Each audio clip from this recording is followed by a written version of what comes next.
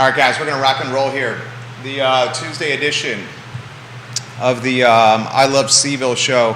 Headlines are coming on screen in a matter of moments. Judah Wickhauer, our enterprising director, doing a hell of a job here, per usual. Give the show a like and a share anywhere you are watching. Like the show, share the show anywhere you are watching. We will have headlines up shortly. We'll talk a little bit more real estate. There's a building on the downtown mall that's currently for sale. This building, the home of the previous Vita Nova Pizza Parlor. Vita Nova moved across the street to an end cap space on 4th and the downtown mall intersection. Their previous location, an asking price of $2,750,000. A 22,872 square foot building. This building has been for sale for a minute, for a while. Not a short while, but a good while. And it's coveted real estate on the downtown mall. I want to talk about why this building could be for sale. I also want to talk about the final draft of the zoning ordinance, which was released last night. Our friends at Citizens for Responsible Planning have some takeaways that they sent our way, which I will relay those takeaways live on air today. We're getting closer and closer and closer to upzoning being an actual reality. As Peter Krebs has indicated to me, you need to include rezoning in there as well. Yesterday we talked about the Music Resource Center, the church that's next to the Greyhound bus station. That's currently for sale, $1,875,000. Two viewers and listeners that I have a lot of respect for, James Watson and John Blair, had a nice sidebar on my personal Facebook page that I wanted to relay to you. I thought James and John had some very good perspective on the church, the former Music Resource Center that's for sale, and why it maybe has not transacted or sold. Home builder sentiment is not looking great right now. The rising mortgage rates now over 7%, are really putting a damper on home builder sentiment, which dropped 6 points to 50 in August, according to the National Association of Home Builders Wells Fargo Housing Market Index. Anything over 50 is considered positive. We're at 50 right now. Mortgage rates yesterday in the 7.25 range, and they're primed to climb potentially even more in the fourth quarter. We'll talk about that today. I want to welcome Alex Erpy to the program, and about 1 o'clock on today's show, we'll talk local and national with Alex Erpy, the CEO of Emergent Financial Services, on today's show. We'll give some props to the Charlottesville Police Department, a new partner for the I Love CVille show and the I Love CVille network as well. Judah Wickhauer, headlines on screen, my friend. Fantastic. Job well done. J-Dubs. Job well done. Give me 10 seconds and we can rock and roll. Viewers and listeners, like the show, share the show. Ginny Who, thank you, Ginny Who, for liking and retweeting us on Twitter. I guess it's X now, right? X?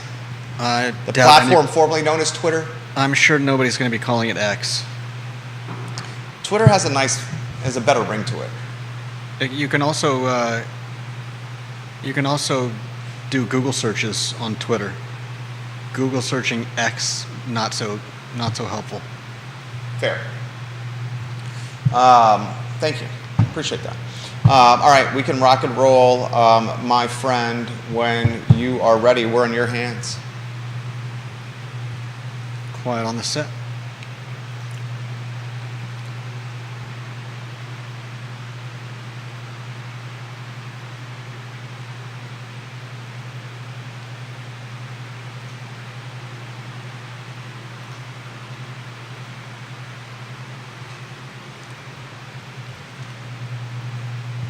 Guys, welcome to the I Love CVille show. Good Tuesday afternoon to you. Thank you kindly for joining us. A pleasure to connect with you through this network, live on all social channels, archived wherever you get your social media, and of course on ilovecville.com. If you missed the Jerry and Jerry show, a program that spotlights Jerry Hootie Ratcliffe, who's got 4 decades plus of covering the Atlantic Coast Conference, that show will be up on wherever you get your podcast and on ilovecville.com later today. It was our second iteration of the Jerry and Jerry show, and it was fabulous. we have some new partners that we're about to announce for the Jerry and Jerry Show, which we're very, very, very excited about. Today's program is, if you like business, if you like real estate, if you like zoning, and if you like movers and shakers in the Central Virginia community, this is the show for you. Passions of mine include the topics I just mentioned. Small business owner 3 times over. One of those businesses, a brand to brand, a brand management business, where we hear the good, the bad, and the ugly of 107 active clients on our roster as of this morning. It's the confessional, running an advertising agency, the confessional of small and mid-cap and large-cap businesses.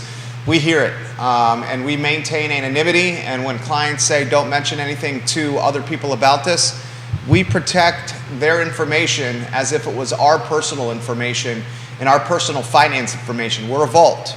But being the confessional of small and mid-cap businesses like we are, we get a lot of lowdown that we pass along on this show when given the green light. And a lot of times you'll see developers and entrepreneurs and stakeholders and heavy hitters and elected officials in this community say, Jerry, you got this following. I want you to put this information out there for us. Don't attribute it to us, but the community needs to know about it. And today's show embodies that mindset. And you'll see in a matter of moments what I'm going to talk about. I want to talk a macro story briefly because I think this story is going to have some impacts in Central Virginia. Regional banks are sliding today after the Minneapolis Federal Reserve president favors getting tougher on regional banks. There was a crisis earlier this year that this particular president, Neel Kashkari, said may not be over yet. And the reason I'm bringing this up to you and I'm tracking the SPDR S&P Regional Banking ETF was down 2-3 points in the middle of the day today. I'm tracking this because my concern is lending standards are going to further stiffen and the local lending environment in Central Virginia may become more expensive, more arduous, or creep to a halt. And when the lending environment starts to creep to a halt in Central Virginia, you start to see projects backburnered or put on ice. And that has an impact on the economy, on job creation, on new business creation. And often the folks that are leading the charges on these projects are very mindful of the lending environment. So I put that on your radar. We'll follow it closely. Some of these regional and local banks are in a little bit of a predicament right now. You're seeing that with some of the downgrades that are happening. So follow that closely. And if you want even more tangible proof or data or a storyline, how about home builder sentiment dropping sharply in August? Interest rates are surging, and according to the National Association of Home Builders, and we represent a couple, these 7.25, 7.3 mortgage rates that are out there are spooking the market and slowing new construction. And you're starting to see home builders not only have to incentivize construction, but cut prices. That's another thing that is a headwind for this Central Virginia market. A lot I want to cover on today's show. Our friends at the Citizens for Responsible Planning, a lobbying group, has some takeaways on the final draft of the zoning ordinance, which was released last night. I'll relay those takeaways to you.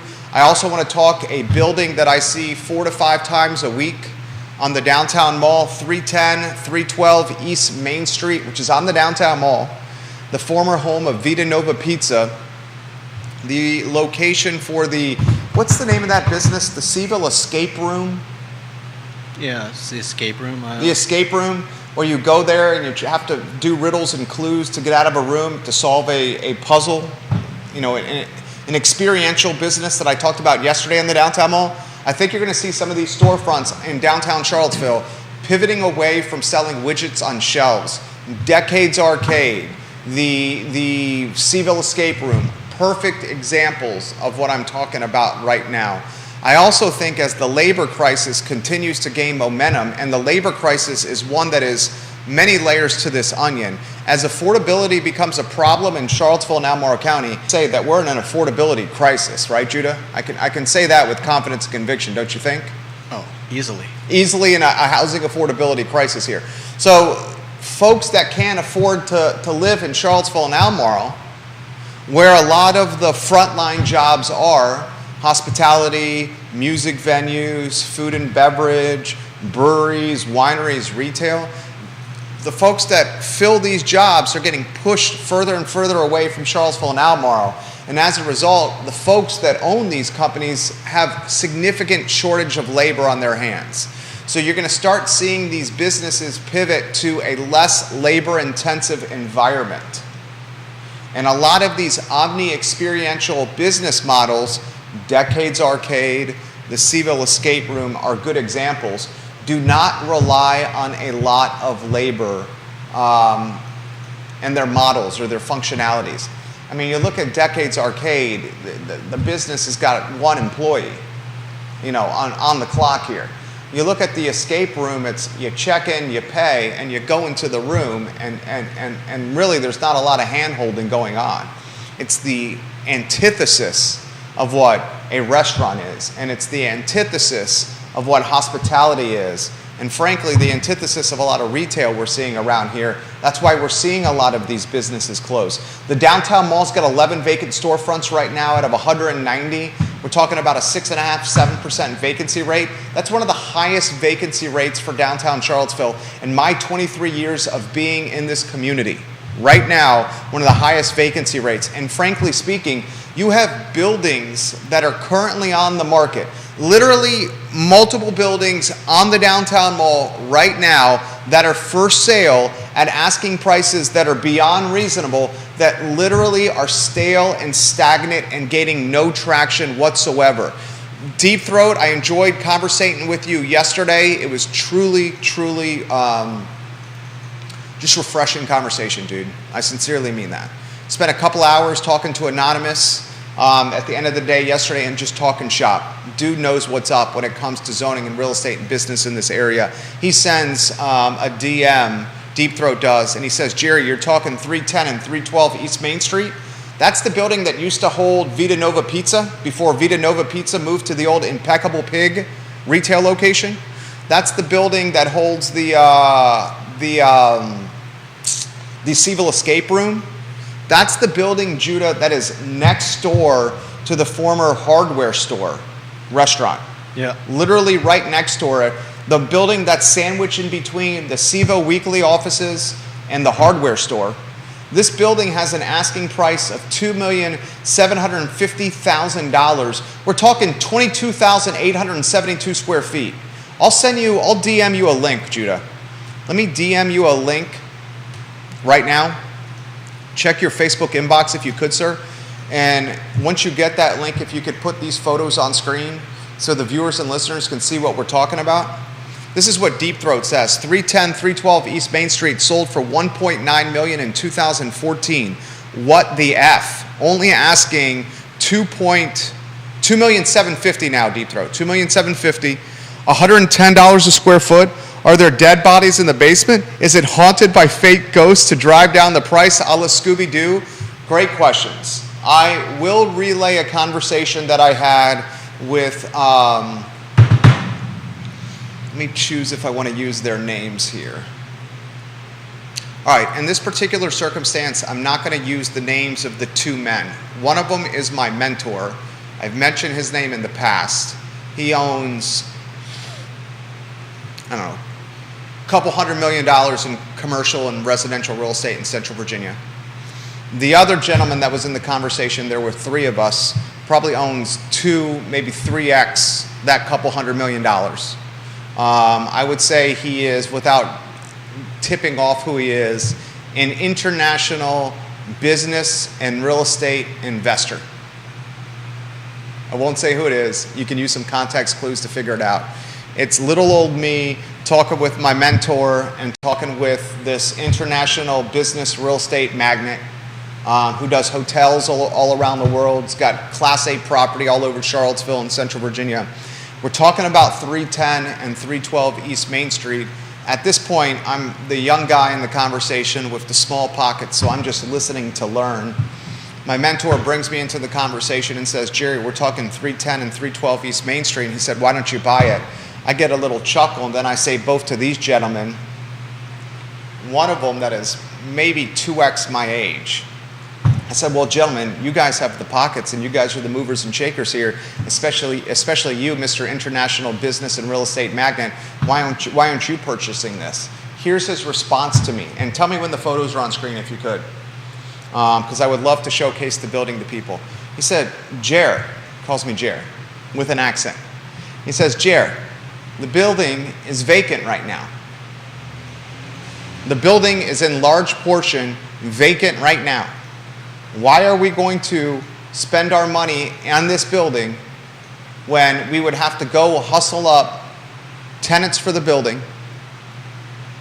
Why are we going to spend our money on the building when still Charlottesville City Hall and politics in this community make it difficult to do anything a la Chris Henry, Stony Point, Dairy Market, Phase 3? And then he says to me, which raised some red flags with yours truly, because this is one of my businesses, what is the future of office in downtown Charlottesville? If it was converted to office, what would that even look like? So all very good questions. Give me the thumbs up when those pics are on screen if you could.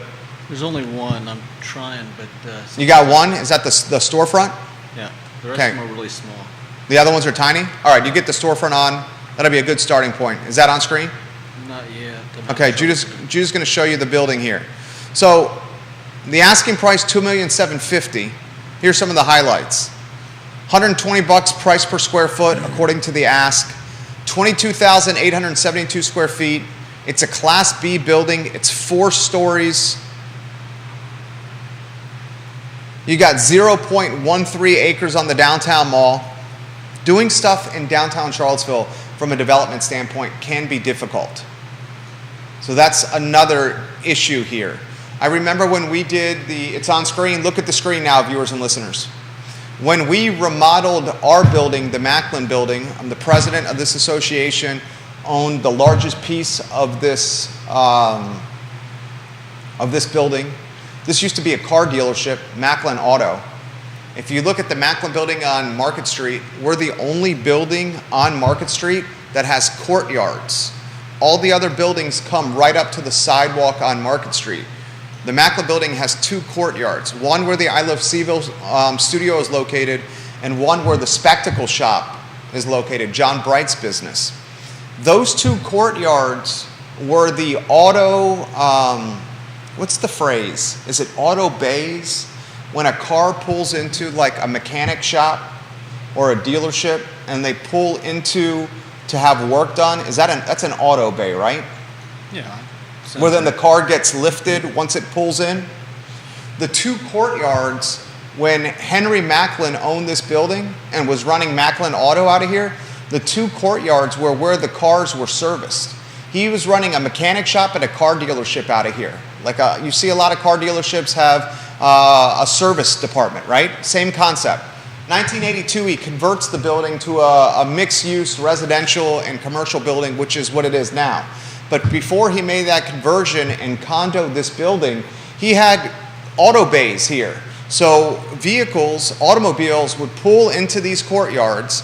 They literally would get serviced where I'm sitting right now in the I Love Seville studio. They get put on a lift. The mechanics would service them. The showroom was the area in the middle of the 2 courtyards. The cars would pull out the back of the building. There's an alley that's in between the Macklin building where we're located and in between Draft Tap Room and the Nook and Botanical and Lynn Goldman Elements. Cars would pull in here, and then when they were done, they'd pull out and down the alley, Macklin Auto. Okay? That's why we have the 2 courtyards here. A little piece of trivia for you. I'm talking to the international magnate and my mentor, who has a couple $100 million of real estate, and we're talking about 310, 312 East Main Street. Colliers has had this listing for an extended period of time. There was a point in Charlottesville's history, and it was literally in 2019 before COVID. We're still dealing with the collateral damage of the pandemic. In 2019, buildings on the downtown mall and around the downtown mall, and frankly speaking, in much of the city of Charlottesville, would not trade on LoopNet or on the commercial MLS, CVC MLS. They would not trade by listing them on the internet. These buildings legitimately would trade off market by the owner of the building calling 2 or 3 of his buddies, very old boys club, and calling 2 or 3 of his buddies and saying, I'm looking to exit. That's how I bought the I Love Seville storefront. That's how I bought the lion's share of my position in the Macklin building, was people I knew who reached out to me and said, you're a young kid in his 20s and then early 30s looking to scoop up real estate in downtown Charlottesville. I will do a seller finance deal. I bought 2 units on the 2nd floor from Larry Howard, who's a realtor, in a seller financed arrangement. I put, what did I put, 25 grand down about a decade ago. Yeah, in 2014, I put 25 grand down. He gave me an interest rate at the time of 4 points. God, that's cheap money. And a term of 12 years. It was a 12-year term. I'm actually coming up on the term, and I'm going to pay it off before the 12-year marker for the 2 units, the first 2 units I bought on the 2nd floor. Then I bought 5 condo units on the 2nd floor from Dr. John Foltz. John Foltz often writes editorials for the Daily Progress opposing upzoning and rezoning. Dr. John Foltz does. He lives in the Rugby area. Deep Throat, that would be a good connection for you. We did a seller finance term for 10 years, 120 payments, 4.5% interest rate, 15% down.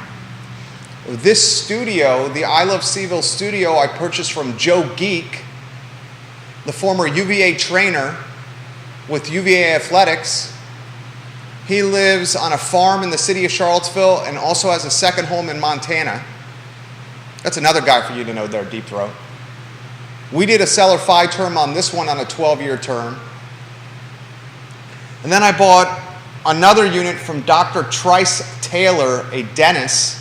He was retiring. Tim Carson reached out to me, the vice president of Real Estate 3, and said, Jerry, you want to do this deal? You like to do seller finance deals. Dr. Taylor will carry the paper. You give him 10, 15% down. He'll give you a 10-year term and an interest rate at market. So literally these deals, he is a super nice guy, Professor John Foltz is. You're 100% right, Anonymous. These deals were done before the pandemic with yours truly in off-market fashion, where it was an old boys club of someone calling, often the unit owner or a representative of the owner saying, hey, are you interested in buying? And I represented myself in all these transactions, which was even more advantageous for the seller because the seller was saving 3 points in real estate commission with me not having buyer representation. I've done 13 deals without representation over the last 23 years here in Charlottesville. The reason I'm bringing this information to you, or passing it along to you, is the network before COVID for commercial real estate in particular in the Charlottesville, hell, even Albemarle County. Before COVID, Charlottesville and Albemarle County, these deals with Corin Capshaw, with Ali Kootner, with Ludwig Kootner, with Bill Nitchman, with Alan Kajin, with Joe Geek, with the Charlie Lewis family. These deals were transactions that never got listed in an actual MLS. They were trading with conversation over cigars and beers and bourbons with dudes, literally, old boys club.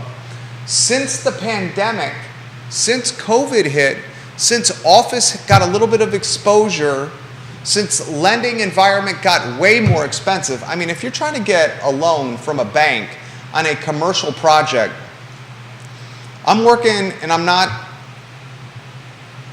passing along too much information here. And this is common knowledge, so this is not me speaking out of turn in any capacity. But if you want to get a loan from a local bank to do some kind of development right now, common knowledge, just do a little bit of research. You're looking at an interest rate about 10 points. 10 percentage points the interest rate. And find a bank, there are banks out there that will finance deals. There are banks out there. Virginia National Bank will finance your deal, but the lending environment's gotten difficult. And 10 points ain't cheap money. And the regional banks, that's why I led the program with this, Judah. This will be something that I ask Alex Erpy about this. In fact, the finance guys that are watching this program, I'm curious of your take on this here. We're seeing home builder sentiment drop to 50 this month, a drop of 6 points according to the National Association of Home Builders. We're seeing multiple members of the Fed saying that regional banks have exposure and we should regulate these banks even more so we don't have a crisis on our hands. We're seeing Fitch warning that downgrades are coming across a dozen banks, including JP Morgan Chase. So there's tremendous headwinds for regional and local banks on the horizon. So what does that mean? What do these headwinds mean? Okay, I'll talk about it in very simplistic terms. Development's expensive. Because development's expensive, people are considering whether to do it or not. Buildings are sitting stagnant. A building like this one, put the picture back on screen if you could please, sir. Thank you kindly. A building like 310, 312 East Main Street, this MFer would have sold off market without even being listed on LoopNet. Now it's got a DOM that's getting long in the tooth.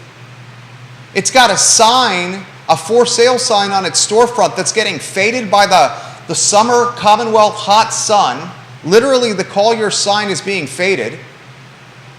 You got tenants that are vacating the building, so now it's sitting empty. The carrying cost is becoming burdensome for the owners. A 23,000 roughly square foot building at an asking price of $2,750,000, only $120 a square foot, never would have lasted that long in downtown Charlottesville. Never.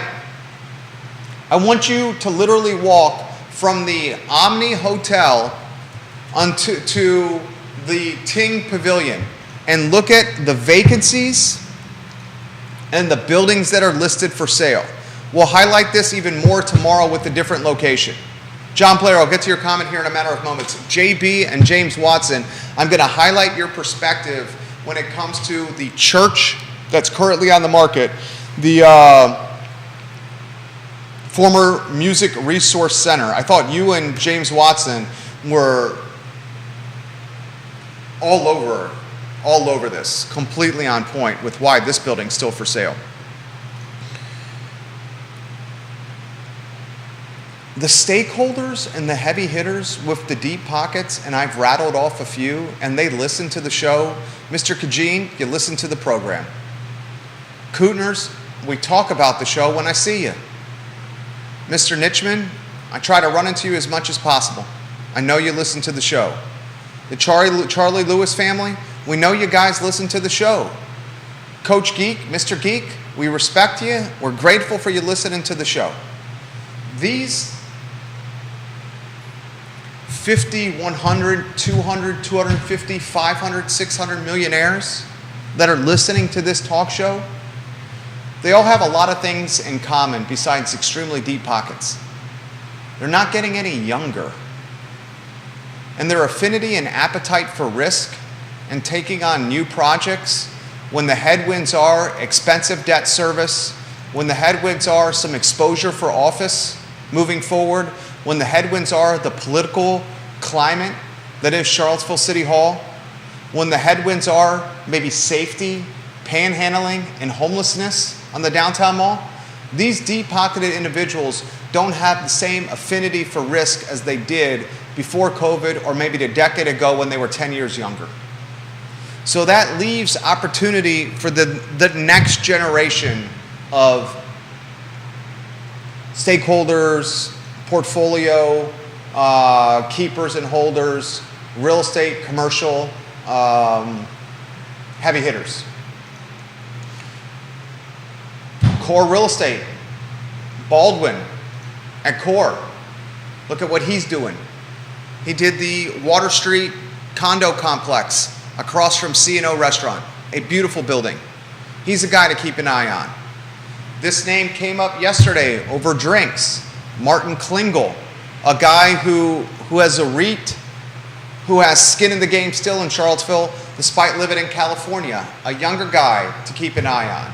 I think what Alan Taylor and Corin are doing at Riverbend should be applauded.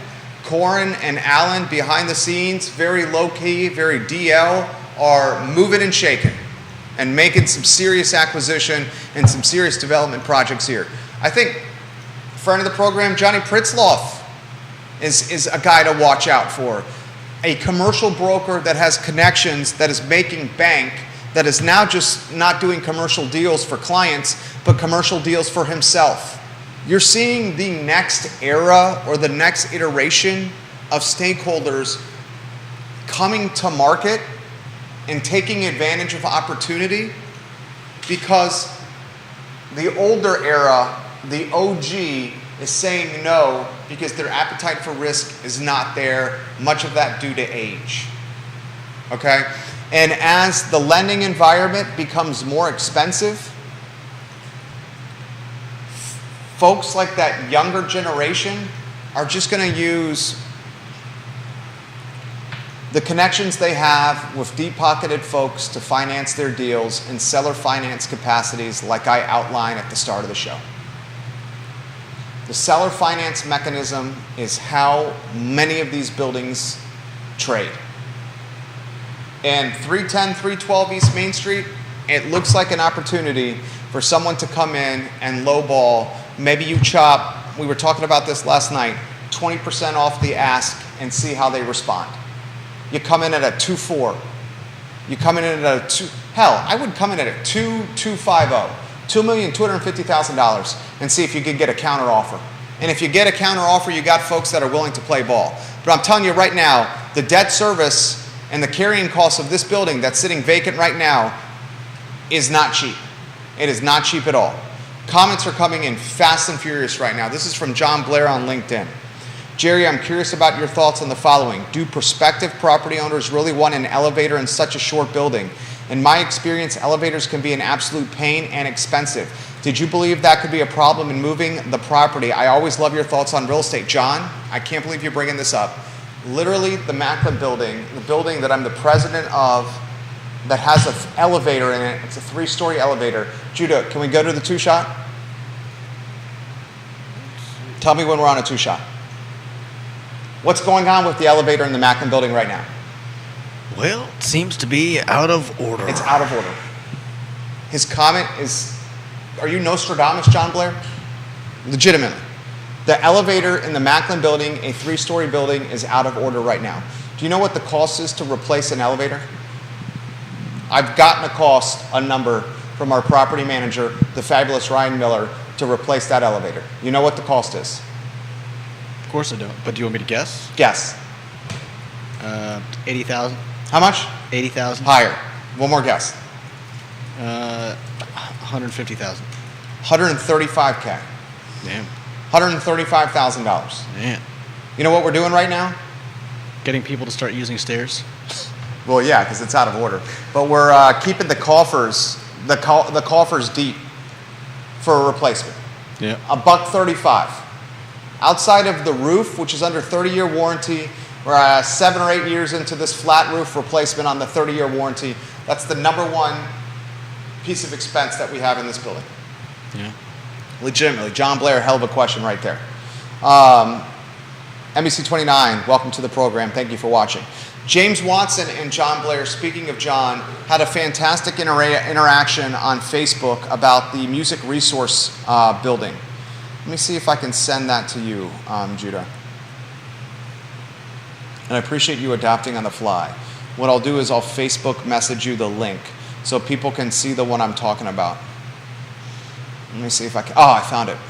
Pritzloff and Stoner have this listing. Pritzloff and Stoner do. Somebody tell Johnny Pritzloff and Jenny Stoner I'm giving them props. They do a damn good job.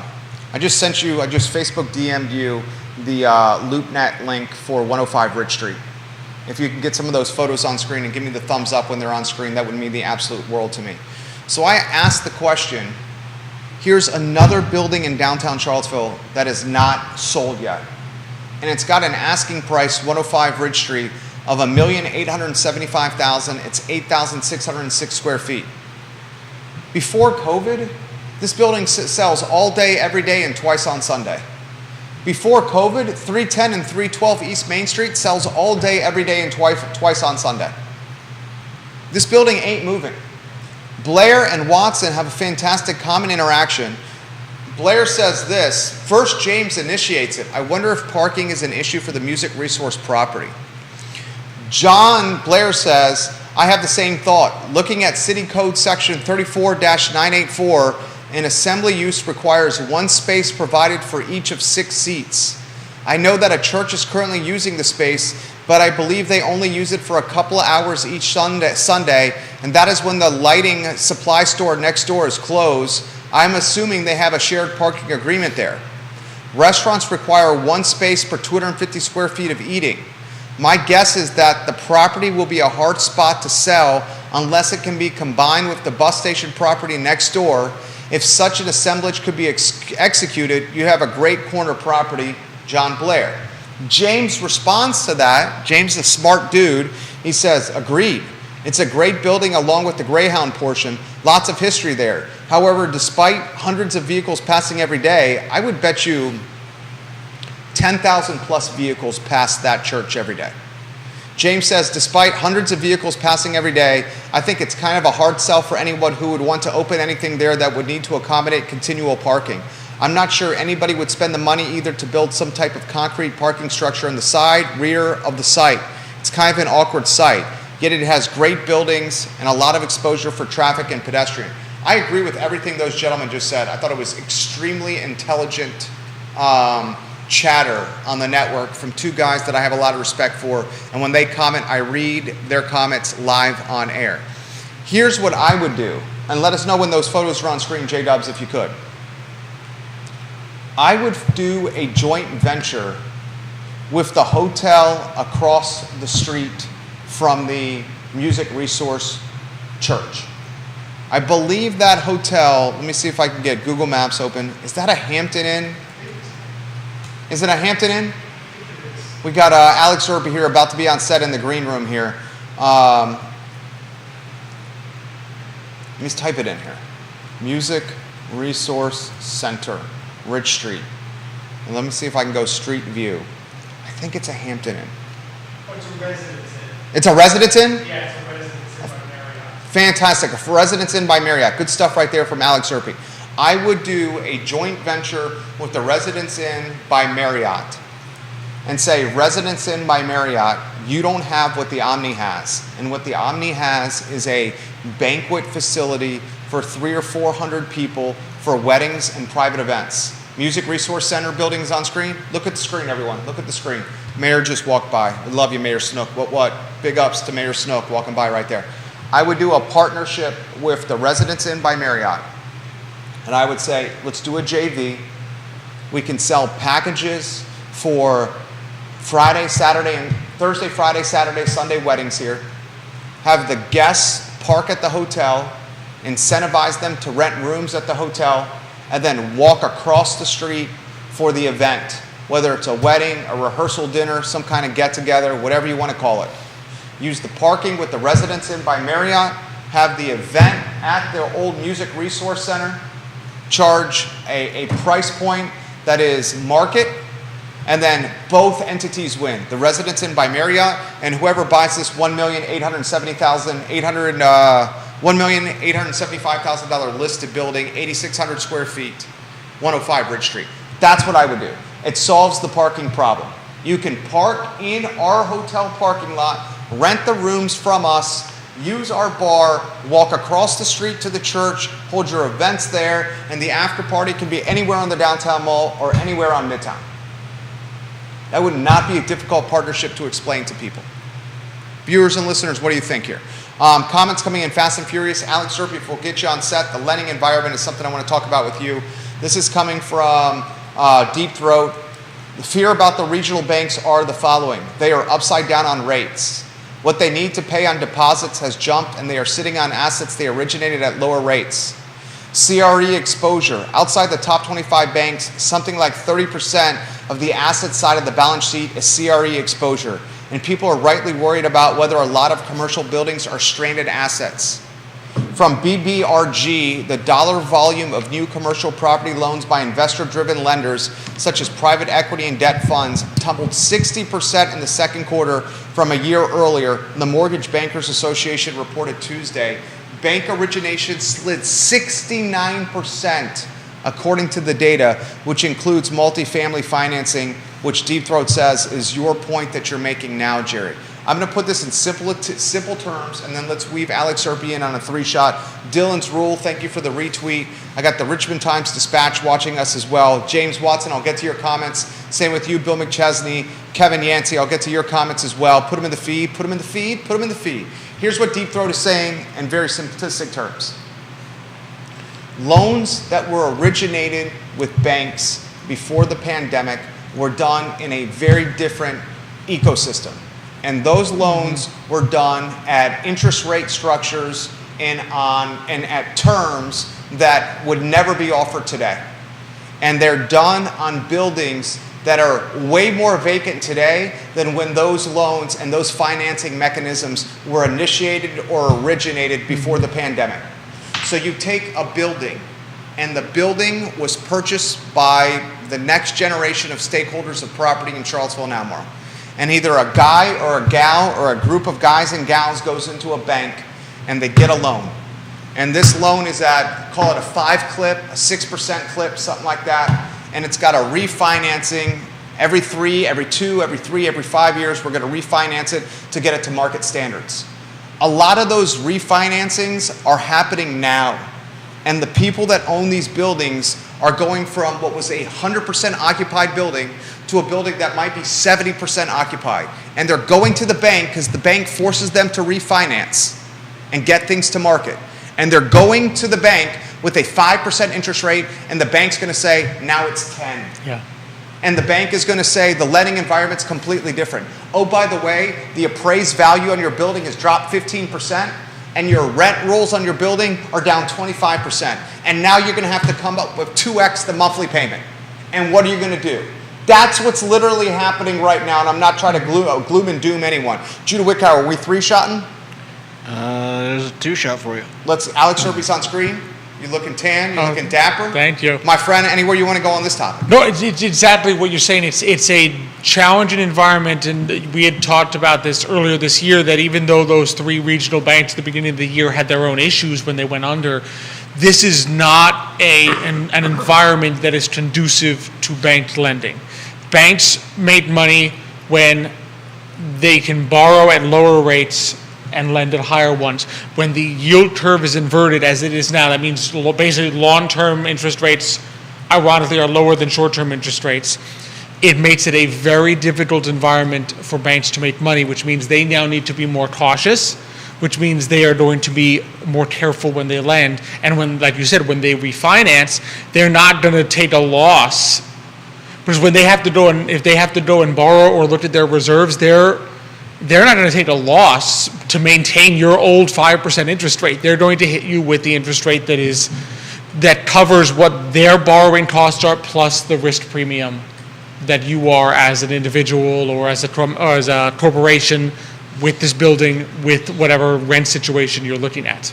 Alex Serpy is the CEO of Emergent Financial Services. Comments are coming in fast and furious. James Watson says, $120 per square foot seems like a good deal. You cannot build new commercial property for that amount. not that I have anything close to that. He's talking about 310, 312 East Main Street, $2,750,000 building. He's 100% right. If you were going to build this brand new, that would be 3x the price. It would be pretty darn close to $10 million once you did land acquisition. You figure commercial development, call it 300 a foot. 22,872, and this is without the land acquisition. 22,872 times 300 is $6,861,600 without the land acquisition. We're talking about a building here, if you were to do this from scratch, would be flirting with 10 million. It's listed at 275 and they cannot move the building. It's speaking to where I think commercial real estate is. Let's go down that road. The issue is, as much as we are seeing some companies tell their people to get, you can no longer work from home, that doesn't change the fact that we are not in an environment where there is a lot of commercial real estate going on. We're not in an environment where you're going to start new storefronts. We're not in an environment that's conducive to saying, well, I'm going to do a brand new brick and mortar and test myself out there. You're going to test yourself in any way you can before settling into a brick and mortar, particularly where rents need to be given where the market is. And I see this all the time. You see new startups and so forth. They're like, I'm going to hold off on the brick and mortar, on renting space or leasing space until I know with absolute certainty that I have a customer base that can support that. So that's your ground floor, right? And even if you talk about office space, I think even with some people coming home, and if you look carefully at a lot of the companies that are telling their workers to come back into the office, it's not 5 days a week. It's hybrid. It's saying, you were working from home Monday through Friday, I need you to come in 2 days a week. That still leaves 3 days a week where they're not coming in. And if you stagger that as a company, you're using what, maybe 1/3 the office space that you would have been using pre-pandemic. So even with the hybrid model of asking people to come back to the office, we're nowhere near the office space usage that was happening before. And that's before you even account for the retail that kind of makes the bulk of, even you look in Charlottesville, right? What makes the bulk of the first floor? You got offices on second story, third story, fourth story. First Business, story, retail. it's retail businesses. Yeah. And I don't think there is enough demand by current or new retail businesses to lease space right now. Because they are looking and saying, I need to be very certain that I can sell and that I can afford that lease payment before I lock myself in to that space. And I think that's a huge number, because you need that on that first story, even before you get into whether you're selling the office spaces on the higher floors. A perfect example of this, Judah, Alex, and viewers and listeners, is the CFA Institute selling its building on High Street.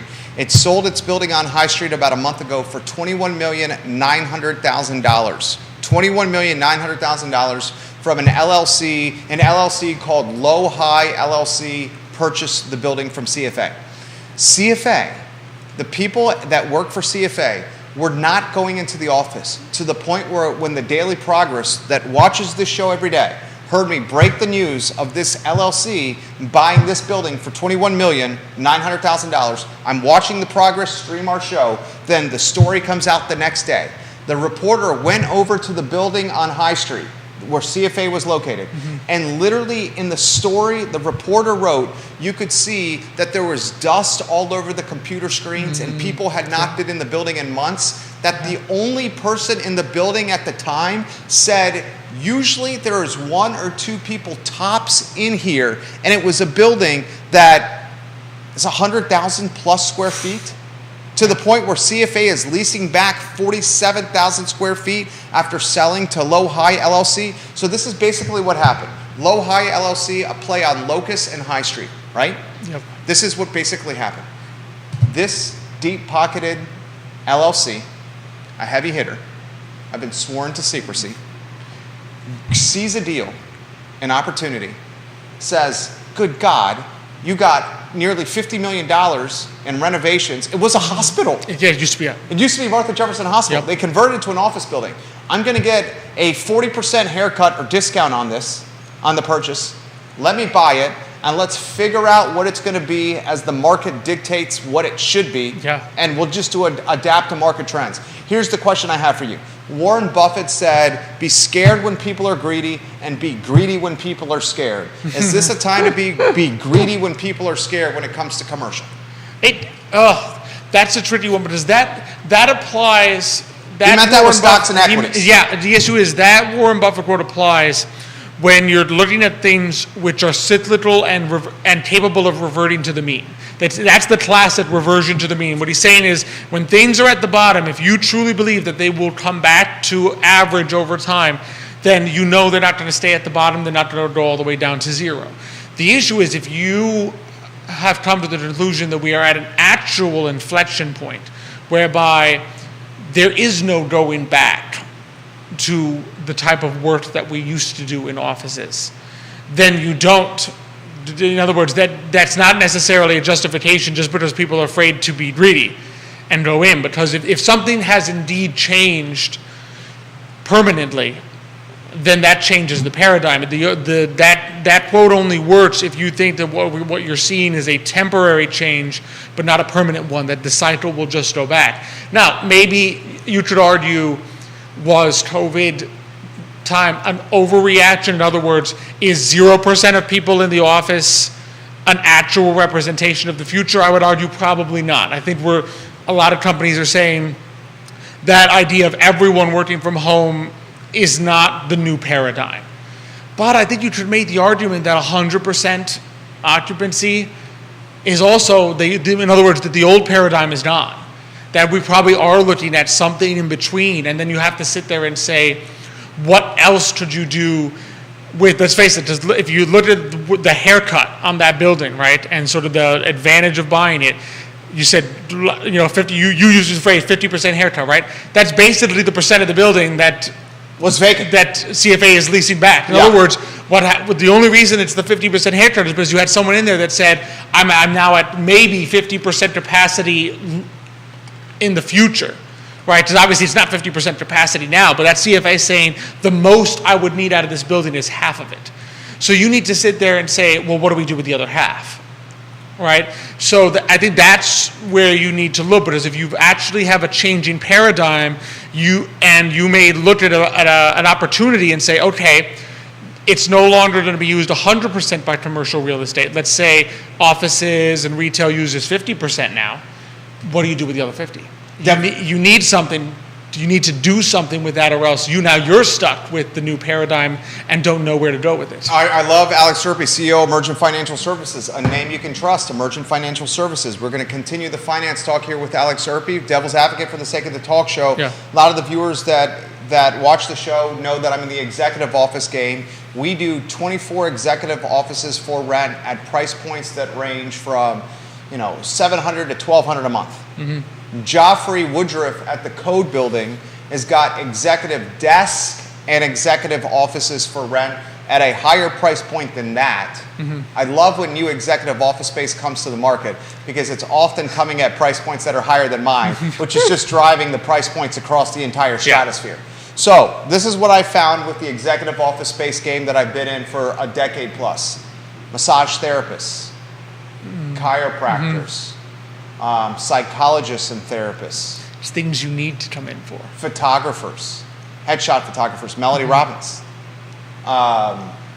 Folks that do stretching, stretch lab. Folks that don't want clients visiting them at their house for safety concern. Divorce attorneys needing privacy, not wanting to be seen in public talking to people because of the nature of divorce attorney. Yeah. Dentists. How does a dentist be done over AI? It can't. How's a chiropractor done via AI? Massage therapist being done via AI? How does a guy that shoots corporate training videos do this with artificial intelligence or wearing goggles? Well, and the big difference though is each one of those is going to buy one office, a smaller space, maybe 2 or 3 offices. They're not coming in like some of the older corporations and saying, yep, I'll take 50 offices. Take a whole floor. I'll take the whole floor. None of them are going to take the whole floor. I mean, they might grow, maybe chiropractor grows that you get a whole floor, but to start with, they're going to be one office, maybe 2. to begin with. So it's a completely different paradigm. There are still those types of businesses that you need people to come in, but they're not anywhere near the scale of 50 cubicles and a floor. What is your take on these regional banks getting downgraded? What is your take on the impact over the last few days that Fitch Ratings has had? What is your take on another key Fed member saying, Yeah, we have to. these look at banks this. are in trouble?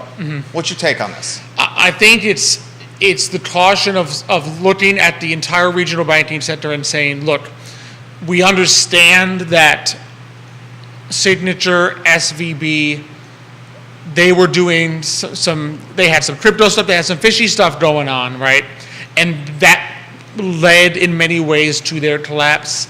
But that does not mean that the environment we are in is a healthy one for banks. In other words, two things can be true: that the banking sector on the smaller side is not in a healthy place. I mean, it may even be on the bigger side. I know the Fed director had even intimated the possibility of JP Morgan. He mentioned JP Morgan. He mentioned JP Yeah. Morgan as a so it's looking and saying the banking sector can And that's be the gold standard. Yeah, I mean, those are your big banks that normally when you look at which bank should I be worried about from an investment standpoint, you're like, well, let me just check on the regional banks and I'm not going to bother checking the S&P 500 because they're all big ones. But what they're basically saying is that these two things can be true, that the bank failures earlier this year were specific to those banks and that the banking sector is not in a healthy place given where interest rates are, which is not a shocker. I mean, when you raise interest rates as much as the Federal Reserve has raised interest rates, and when you look at the inflation numbers and say that they're not done yet, that is not a healthy scenario for banks. And I think we're beginning to see that reflected and saying, and sometimes it's not even a matter that what people need to get about banks sometimes, it's not a question of, is your balance sheet in a bad place, if that makes sense. In other words, a bank can be perfectly healthy in terms of having a lot of reserves, having a lot of smaller depositors, having 70% insured depositors versus 30% uninsured, having sweeps. A bank can have all those things in line, and yet if things go south, that can change on a dime. I mean, SVB lost Silicon Valley Bank basically got wiped out in a matter of hours. Before that, the previous fastest time that a bank's balance sheet had collapsed was like the 17 days it took Washington Mutual way back in 2008. So you're talking 17 days was the previous record for how fast a bank could just be wiped out, and it happened in a matter of hours. So we're in a new landscape in terms of that. And I think this is the rating agency saying, look, this is just not a healthy environment. It doesn't mean it needs to be a panic-inducing one, because as I always tell people, unless you're sitting there with more than $250,000 per depositor in your bank accounts and you're not participating in any kind of sweep program, then there's nothing for you to worry about. Like the clients at SVB had millions parked in individual bank accounts that were not being swept to other banks, right? In other words, that risk is not being sent around to numerous banks to keep the risk hedged, exactly. Yeah. It's just millions sitting there in one bank account. That's kind of on them. Yeah, it's idiotic. It's very foolish, right? The average person doesn't have that scenario, but that doesn't mean that the banking sector is in a healthy place, because this is just not an interest rate environment that is good for them. So we'll take it a step further here. That's what we try to do with the long form content. We have an opportunity to extrapolate the what ifs and what could happen because we don't have to go to commercial break. It's not a sound bite. I don't want to speak for you. I think the lending environment's going to get even more strict. You with me on that? Even more stringent, more difficult to get financing? I would imagine. Okay. I think so we know the lending environment's going to get more strict, more difficult to get money from banks. I think if you can get money from banks, that money's going to be more expensive than it's been in ever. Let's face it, everything is based. I wouldn't say ever. My dad would say he so lived through the vulgar years, the 70s and 19% the early interest rates? Yeah, exactly. Okay. But certainly more so than we've ever seen in the last 20 years. Okay. Because let's face it, what you have to understand is that every single interest rate that you could borrow at is ultimately based on prime. It's ultimately based on what is the Federal Reserve doing with their interest rates. 100%. That's the risk-free rate. And then everything else is risk on top of that. So if you imagine, we now have a risk-free rate that's higher, right? That's crawling into the fives and sixes. So now you add risk on top of that because the bank needs to charge more to compensate for risk. And the more nervous they become, the more that risk premium. So you can have a scenario where not only is the base rate higher because the Federal Reserve is raising rates, but the spread, which means the difference, basically the spread is kind of the premium interest rate that a bank will put on you because you're riskier than the Federal Reserve, For sure. right?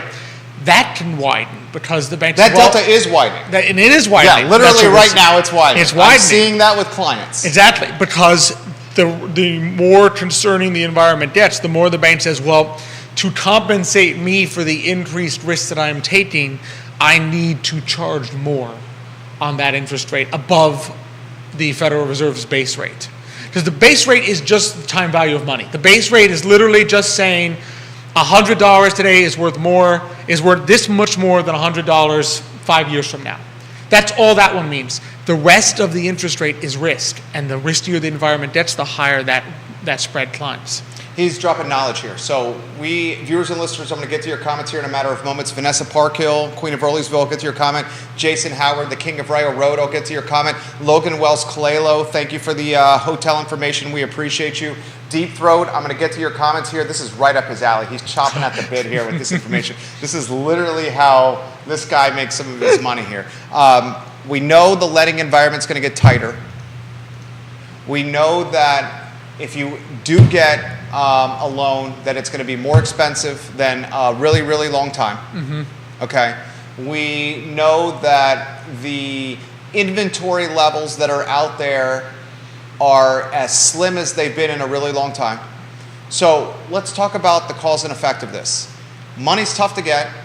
Money's expensive to get. There's few residential things to purchase. Safe to say values are going to uptick big time. Well, it's the only, the issue is, Only outcome, right? it's the only outcome is you have supply and demand. So basically, I mean, everything works on supply and demand. And you see there on, especially I think what we're seeing is twofold. One, yes, has demand for homes decreased because of the higher interest rates, because of higher mortgage rates, right? Some, Yeah, but it's somewhat. still not at zero. There's still demand. Exactly. Well, especially just think about it. If you just got hired by UVA, You need a place to live. your demand is one. It doesn't. It's 100%. It doesn't vacillate like maybe I'll just turn down this job offer because I don't want to pay the interest rate. You calculated that when accepting the job, so your demand remains the same. But as much as demand goes down, I think what we're seeing too, and I've read some articles to this effect nationwide, and I think it's absolutely going to be the case in Charlottesville as well. If you've got people who purchased in 2019, 2020, early 2021 at 2 3/4. You're looking at 3%. them. You're looking at them. They may sit there and say, yes, could I get, has my house appreciated 10, 20% in value? Yes. 85% over here. But does that equate to me wanting to sell and then have to go buy at a new place at 7%, There it is. 8% mortgage rate? There it is. So the issue is you could be sitting on a beautiful gain and say, yeah, but I have to buy another house and live somewhere else There it when I is. sell. And so your sale, the quantity of supply is still somewhat restricted, despite the fact that you have increased prices because people are saying, but I have to find somewhere else to live when I think sell we can this walk, house. and I say this for the sake of conversation Yeah. here. I think we can legitimately walk after selling our house and paying the remaining balance. Remember, we did a 15-year on the house. Mm-hmm. I think we can legitimately walk with $830,000. $830,000. I pay off what's left. And then, yeah. I sell my that. house. I have $830,000 left. Legitimately. But Now, here's the question. you run the numbers, though.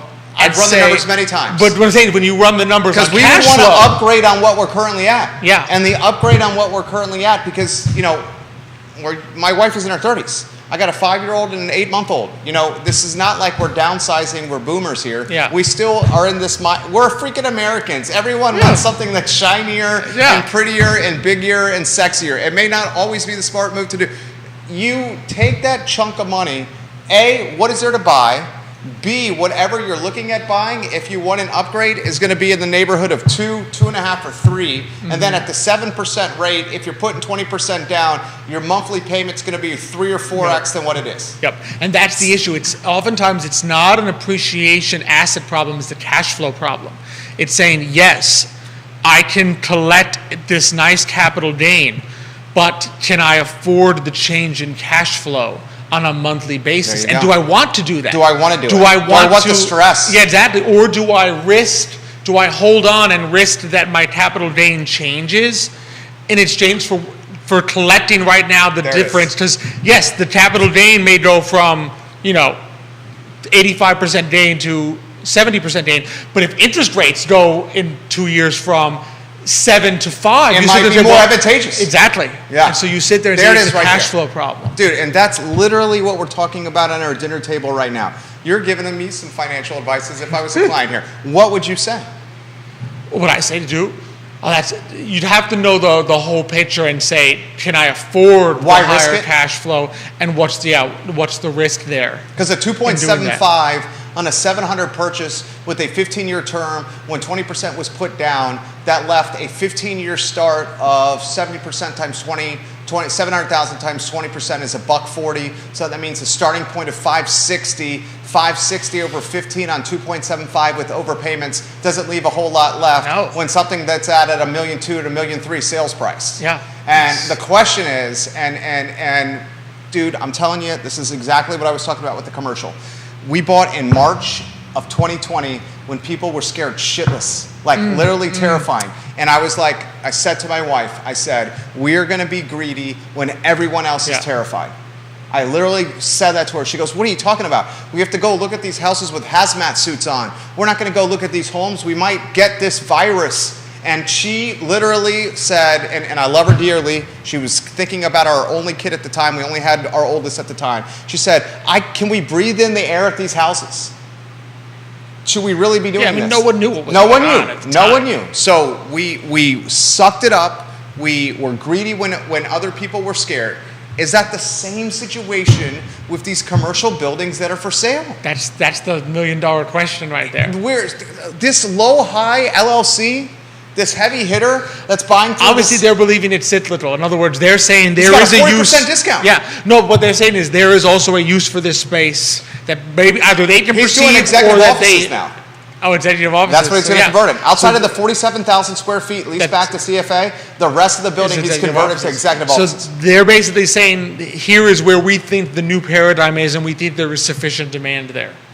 And the question is whether or not that's the case. Vanessa Parkhill says it should have been on SVB depositors, but wasn't there a federal bailout for these folks? Jason Howard on Rayo Road says the news out of San Francisco lately, companies just giving multi-million-dollar commercial buildings back to the lender. Has this happened in the past and in these numbers? Literally a hotel chain just went to their lender and said, here's the hotel, here are the keys to the hotel. We don't even want this building Wow. anymore. Like the San Francisco political climate is too much. Let's go to Deep Throat DM on Twitter. Had a great conversation and meet and greet with Deep Throat yesterday at the Mill Room. He says people learn how to run on a bank. Argentinians are masters at this. In 2001, I went to a meeting at a mid-sized Argentinian bank just after lunch. Everything was normal. I rode down the elevator 2 hours later and there was a mob outside. The bank failed the next day. After SVB and with the ability to run with your keyboard, runs can go very fast even in the United States. Banco, BCN, could remember the name there for a second. That was the bank in Argentina. Yep. He does a lot of business with the Argentinian government, this man does. Yeah, I mean, that's a famous, 01 is a famous collapse in Argentina. And he's absolutely right, because let's face it, the nature of banking means there is no such thing. Let's put it this way, a bank that was immune to bank runs would basically not be a bank. They would be a lousy bank. They would be saying, the only way to be immune to it is you give me as a bank, so I'm your bank, you're my depositor, you give me $100, I turn around, I put the $100 in my vault, and I say, okay, I'm done, and I never lend the $100, right? Yeah, would I be, your money 100% is there. When you come back and say, Alex, do you have my $100? I said, yes, I do. It's right here in the vault. I didn't do anything with it. And I give it back to you. that would be a lousy bank. A, I'm providing no capital. B, you at some point would sit there and say, well, wait a second, I get no return from being at this bank. I could probably do something else with my money. So the issue is, the moment a bank lends, that means that there is now a discrepancy between, in cold hard cash, between what was put into the vault and what is in the vault at this precise moment. The moment that happens, the moment a bank does its basic function, it is susceptible to a run. It cannot actually handle everybody at the same time coming and asking for all their money. It's a Wonderful Life. But it's a Wonderful Life, and that's literally the is what key- happened that's in the what movie. happens in the movie. Yeah. Right? The key thing, I would also mention, I probably overused this line, but the other key thing is, when that happens, what does Jimmy Stewart say? He says, Mr. Potter is not selling, Mr. Potter's buying, because we're panicking and he's not. So the key is always that, that's kind of that Is Warren that the Buffett theme? greedy I fear know. thing. Is right? that the theme? But I think it's just a reminder out there to exactly his point. In other words, a bank doesn't have to be doing anything wrong for it to be susceptible to a bank run, right? It just has to be operating as a bank. Someone go to the Music Resource Center, Deep Throat, we were talking about this yesterday. You go to the Music Resource Center listing broker at Stoner and Pritzloff. You go to the 310, 312 East Main Street on the Downtown Mall listing brokers, Carolyn Shears, Bart McIntosh of Colliers. You go to the North Garden, the Crossroads store where Dr. Ho's Humble Pie is located. Oh, okay. Okay? You go to, what was the other building we talked about yesterday? Let me see if I can find it here.